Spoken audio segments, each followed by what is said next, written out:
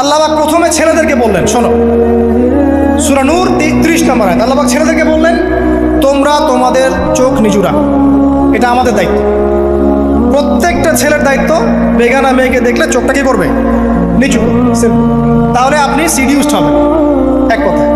2 number, আল্লাহ পাক আমাদেরকে বললেন তোমরা তোমাদের লজ্জাস্থানকে হেফাজত করো। কাদেরকে? আমাদেরকে, মানে ছেলেদেরকে। প্রথমে আল্লাহ পাক ছেলেদেরকে বললেন চোখ নিচু করে রাখো, লজ্জাস্থানে হেফাজত করো, ঠিক আছে। সূরা বানী ইসরাঈল আল্লাহ পাক বললেন জিনার ধারের কাছেও যেও না, ধারের কাছেও যেও না।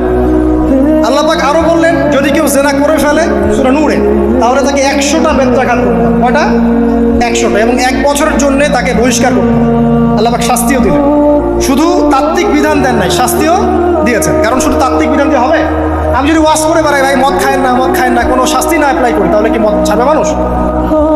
আমরা যদি বলি হত্যা করা মহাপাপ, মহাপাপ, দুর্নীতি করা মহাপাপ, মানুষ দুর্নীতি ছাড়বে? ছাড়বে না, যতক্ষণ না শাস্তি নিশ্চিত করা যাচ্ছে।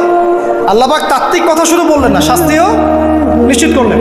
তারপর আল্লাহ পাক আরো বললেন যদি বিবাহিত কোনো ব্যক্তি ব্যভিচার করে তাহলে তাকে রজম করতে হবে, মাটিতে পুঁতে তাকে পাথর নিক্ষেপ করে হত্যা করে ফেলবে, ঠিক আছে, শাস্তি।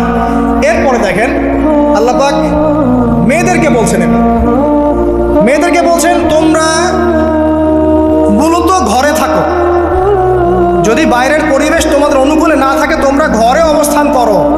ওয়াকরনা ফি বুয়ুতিকুন্না ওয়ালা তাবাররুজনা তাবাররুজাল জাহিলিয়াতিল উলা, তোমরা মূলত ঘরে থাকো। জাহিলি যুগে মেয়েরা যেভাবে নিজেদেরকে প্রদর্শন করে বেড়াতো এই কাজটা তোমরা করো না।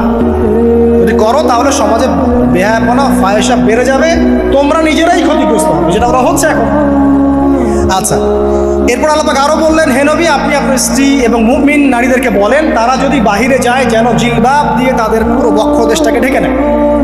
তাহলে পোশাকের সংস্কৃতির শেকড় কোত্থেকে শিখবো? আমি কোত্থেকে শিখবো? আল্লাহ পাক কর্তৃক নাজিলকৃত সর্বশেষ ঐশী গ্রন্থ থেকে শিখবো নাকি?